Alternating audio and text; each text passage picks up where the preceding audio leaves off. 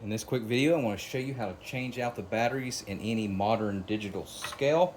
This particular one is a Weight Watchers, but again, it doesn't matter what brand that you have, anything made within the last 10 years.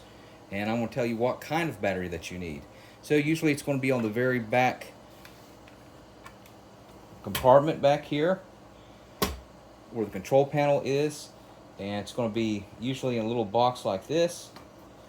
As you can see here, it's going to look like something like this, and there's actually a screw here that you have to unscrew, and you have to use a precision screwdriver. Usually it's a Phillips head that you have to get it out.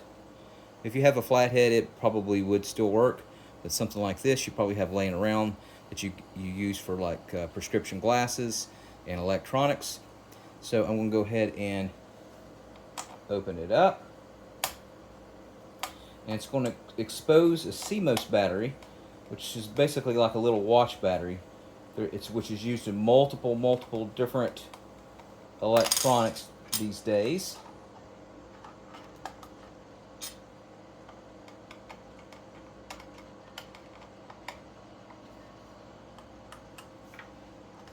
Lift that up. Most of the modern ones use, like I said, a CMOS. They don't use like the AAA or the AA. They'll last a lot longer.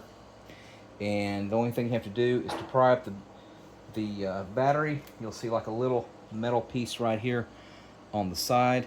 As you can see right here is the metal piece. And the only thing you have to do is lift it up. Put your precision screwdriver in there and then just lift up the tag like that. Alright.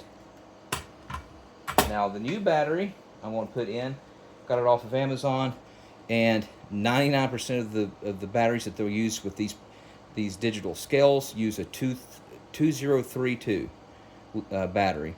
Now I'm going to put Energizer in there. It's a little bit more expensive. It's a few bucks, about $2 or $3 off of Amazon for one. It's well worth it to put a more expensive one. That way you won't have to be changing it out every couple of months. It'll last at least a year. And what you want to do is have the label facing you when you put it in there, and you'll reverse it.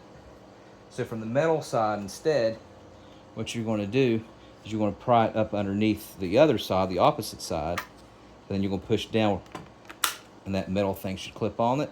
No meat, no. And then put on the hinges and just reverse what you did.